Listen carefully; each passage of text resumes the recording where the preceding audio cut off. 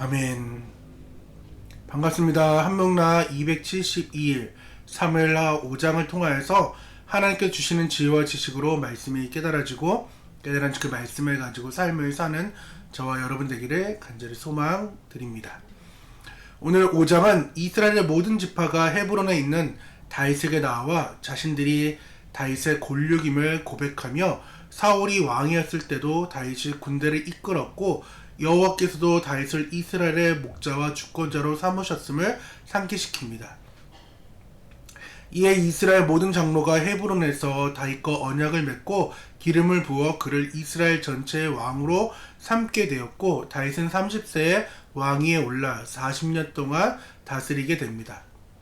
이후 왕과 부하들이 예루살렘에 가서 그 땅 주민 여부스 사람을 치려하자 여부스 사람들은 다윗을 조롱했지만 다윗은 시온 산성을 빼앗아 다윗성이라 칭하고 밀로에서부터 안으로 성을 둘러 건축하였으며 만군의 하나님 여호와께서 함께 계시니 다윗이 점점 강성하여져 갔습니다.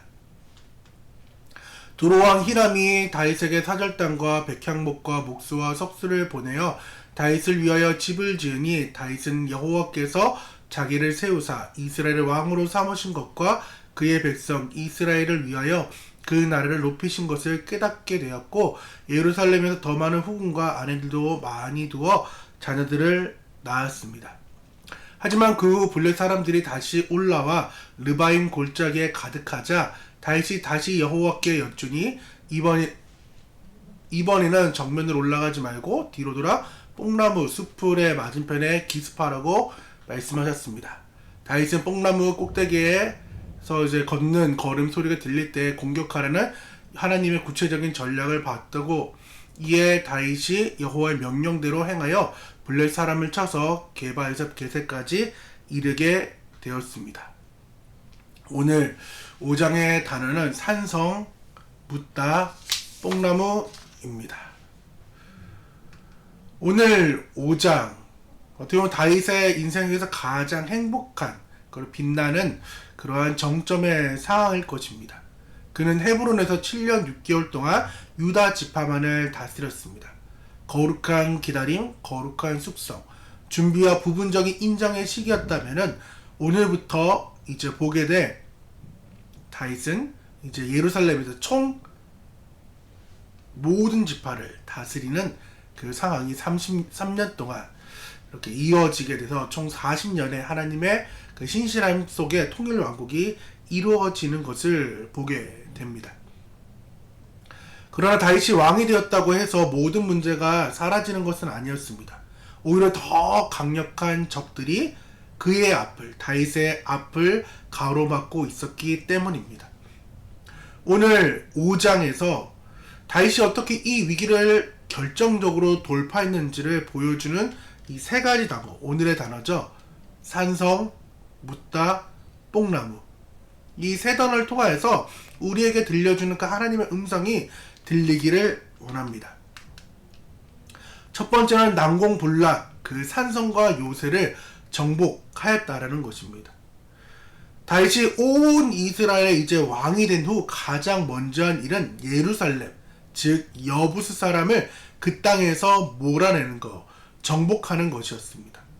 이곳은 여호수아 때부터 정복하지 못했던 땅입니다. 대략 400년에 가까울 정도로 이스라엘 중심부에 가시처럼 남아 있었던 것이 예루살렘, 여부스 사람의 그런 족속들이었어요. 그 땅이 얼마나 이제 강하고 견고했는지 그들의 사람들이, 여부 사람이 다윗을 지금 조롱하고 놀리는 것이 맹인과 다리 저는 자라도 너를 물리칠 수 있다고, 이 산성, 이 요새는 다윗 너라도 절대로 무찌를 수 없고 우리는 400년 동안 이 땅을, 이 요새를 지켜온 자손들이라 라고 하면서 그들은 자신의 높은 성벽 그리고 높은 지리적 이점들을 오히려 자랑스럽게 여겼습니다. 어떻게 보면 사람들은 돈, 명예, 인맥 혹은 자신의 경험이 이제 무너지지 않을 그런 산성으로 여기며 살아갑니다.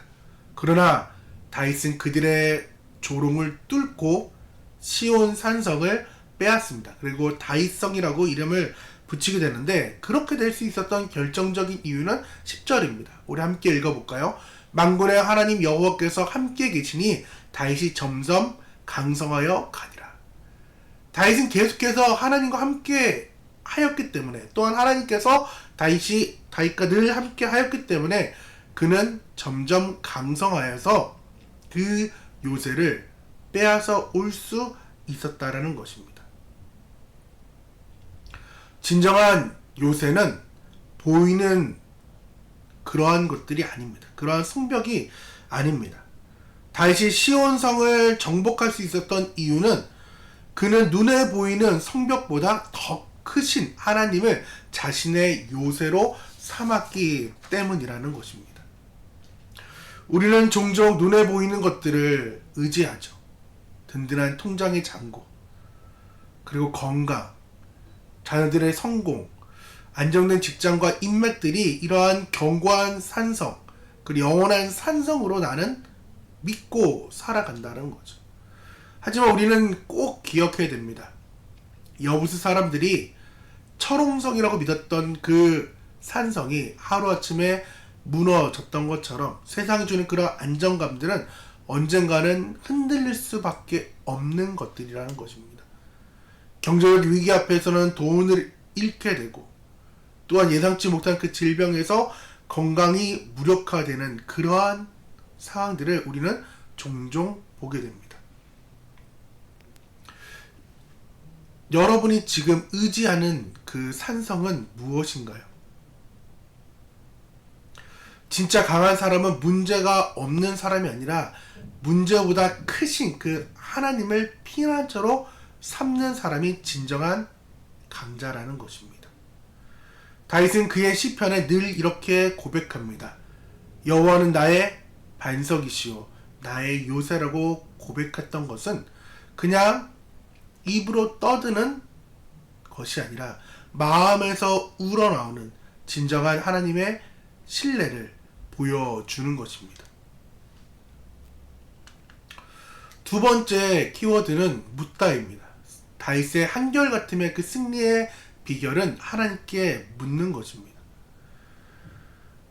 다윗이 헤브론에서 7년 6개월 동안 다스리고 있을 때 이 블레셋 사람들은 이렇게 다윗을 의식하지 않았어요.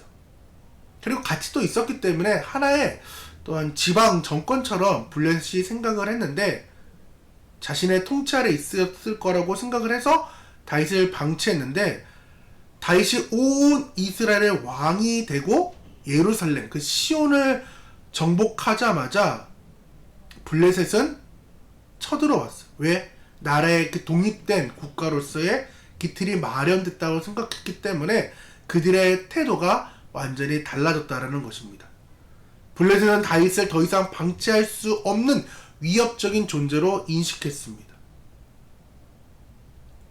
이스라엘이 하나의 강력한 군대로 그리고 나라로 자리 잡기 전에 다윗을 죽이려고 블레셋은 르바임 골짜기에 아주 많이 모입니다. 다 모였다고 성경을 표현합니다. 이때 이 절체절명의 위기에서 다윗이 한 것은 군사를 부르고 또 무기를 점검한 것이 아니라 그는 여전히 하나님 앞에 묻습니다. 19절의 말씀 보니까 다윗이 여호와께 여쭈어 이르되 하나님 어떻게 할까요? 그럴 때 하나님께서 내 손에 넘긴다 라고 말씀을 듣고 또한 나아가서 계속해서 이기는 모습, 한결같은 모습을 보인다라는 거죠. 즉 우리의 삶 속에서 함께하는 그 모든 것들이 볼 때에 다윗에게 하나님께서 함께 하시는 그 일들이 될 때 모든 문제는 해결받을 수 있다라는 것입니다. 즉 다윗이 왕이 되었음에도 불구하고 그는 여전히 하나님께 묻는 삶을 살았어요. 사울 왕은 묻지 않아 가지고 망했지만은 다윗은 항상 여호와께 여쭈어봄으로 인하여서 승리를 얻을 수 있었다라는 거죠. 다윗은 산전수전을 다 겪은 사람이에요. 전장에 있어서는 타의 추종을 불허하는 그러한 전문가였습니다. 충분한 자신의 과거의 공식과 경험도 의지할 수 있었어요. 하지만 그는 늘 한결같이 하나님께 여쭈어 보았다라는 것입니다. 내가 실패하는 그 이유가 무엇일까요? 내 생각, 내 경험, 내 판단이 먼저 움직이기 때문이라는 거죠. 우리는 종종 문제가 생기면 전문가를 찾습니다. 또한 인터넷을 검색합니다. 또한 지인에게 조언을 구하고 막 동분서주하게 막 바쁘게 움직여요. 그리고 정작 하나님께 여쭈어보는 일을 가장 제일 나중으로 여깁니다. 왜? 하나님, 이 정도는 내가 해결할 수 있습니다. 하나님, 이거 내가 해봐서 아는데 이 정도는 내가 할 수 있습니다 라는 상황인 거죠. 나의 익숙함이 하나님의 음성을 가로막는 장애물이 된다라는 것입니다. 사업을 하기 전, 그리고 사업을 할 때 그 중요한 상황들, 자녀를 훈육할 때나 꼬인 인간관계를 풀 때 먼저 하나님께 여쭤보길 원합니다. 문제보다 기도를 앞세우는 성도가 되기를 바랍니다. 기도가 최후의 수단이 아니라 최우선의 전략이 되어야 된다라는 것입니다. 다시금요, 최후의 수단이 아닌 최우선의 전략, 그것이 꼭 우리의 삶에 되어야 돼요. 그때 하나님께서는 물을 흩은같이 대적을 흩으시는 그런 놀라운 일을 우리 가운데 행하십니다. 블레셋은 한번 패하고 물러나지 않습니다. 원수 똑같아요. 한번 졌다고 해서 패하고 물러서고 다시 안 오는 것이 아니라 다시금 옵니다. 그런데 다시금 오면 어떻게 하실 건가요, 여러분은? 예전에 이렇게 하나님이 하라고 했으니까 다시금 전면 공격을 하자, 이렇게 할 수도 있습니다. 하지만 다윗은 달라요. 다윗은 또 하나님께 여쭙습니다. 하나님, 전에 이렇게 했으니까 이렇게 해도 되죠가 아니에요. 다시금 하나님께 전략을 물어봅니다. 그럴 때 뽕나무 숲을 맞은편으로 그들을 기습하라는 새로운 전략을 하나님께서 주시고, 또 하나님께서는 이 숲풀에서 기습을 하는데 뽕나무 꼭대기에서 소리가 들리면은 그때 공격하라는 거예요. 여호와가 다윗보다 너보다 앞서가서 블레셋 군대를 친다라고 말씀을 하셨습니다. 하나님이 해준다라는 거예요. 근데 이 상황에서 다윗이 또 어떻게 하느냐? 순종하고 기다리죠. 다윗은 그 뽕나무에서 소리가 들릴 때까지 하나님의 천군 천사가 움직이는 그 순간을 기도로서 기대하면서 하나님보다 앞서지 않고 하나님을 계속해서 앞세우는 전쟁을 합니다. 다윗에게 기다림이란 숙명 같은 상황이었어요. 기름 부음 받은 그 13년의 상황들, 헤브론의 그 7년 6개월의 상황들, 다 거룩한 기다림 상황 가운데에 거룩한 그 숙성이 있었던 남자였기 때문에 모든 일들이 가능했기 때문입니다. 우리도 기억할 상황이 어떤 거냐면은, 원수가 한번 실패했다고 안 들어오겠지가 아니에요. 그리고 한번 하나님께서 이걸 가르쳤으니까 이 문제는 이렇게 하면 돼 라는 고정관념이 심어지면 절대로 안 됩니다. 다시금 하나님께 여쭤보는 거예요. 다시금 하나님께 물어보는 거예요. 영적 전쟁은 단순한 이벤트가 아니에요. 한번 끝나는 행사가 아니에요. 지속적으로 이어지는, 천국 가는 그날까지 이어지는 지속적인 싸움인 거죠. 그렇게 한번 이겼다고 너무 자만하고 방심해서는 안 됩니다. 분명히 열심히 싸우고 계실 거예요. 근데 내 싸움이, 그 원수와의 싸움이 피 흘릴 정도로 대항하고 계셨는지를 한번 점검하셔야 돼요. 이 정도 열심히 싸웠다가 아니라 하나님께서는 피 흘릴 정도로 대항하라고 말씀하고 있습니다.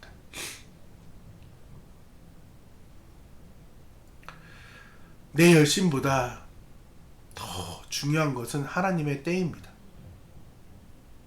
같은 문제, 같은 적이라 할지라도 하나님의 해법은 다르기 때문에 계속해서 뭐 해야 된다고요? 하나님께 여쭤보고, 하나님이 요새가 되시며 또한 뽕나무의 신호를 기다려야 되는 거죠. 그렇기 때문에 세상의 산성과 요새를 두려워하지 마시고요. 하나님은 우리의 요새가 되시면은 능히 정복할 수 있습니다. 또 위기의 순간 내 경험을 의지하지 말고 하나님께 물어보시면 됩니다. 기도가 최선의 전략입니다. 또한 잠잠히 기다리시기 바랍니다. 뽕나무 꼭대기에서 하나님이 앞장서 나가는 그 소리가 들릴 때까지 거룩한 숙성, 거룩한 기다림이 계속해서 우리 가운데 있어야 돼요. 하나님께서 응답했어. 하나님께서 하면 돼. 근데 하나님께서 신호가 주신다고요. 그때 나아가며 됩니다. 오늘 5장의 3읽기. 나는 지금 세상의 산성과 요새를 두려워하고 있진 않은지, 아니면 하나님을 의지하고 있는지를 점검하시고, 나는 기도하면서 잠잠히 하나님의 음성을 기다릴 수 있는 거룩한 숙성이 있는지를 또한 점검하며 삶을 읽기를 원합니다. 우리 같이 기도하도록 하겠습니다.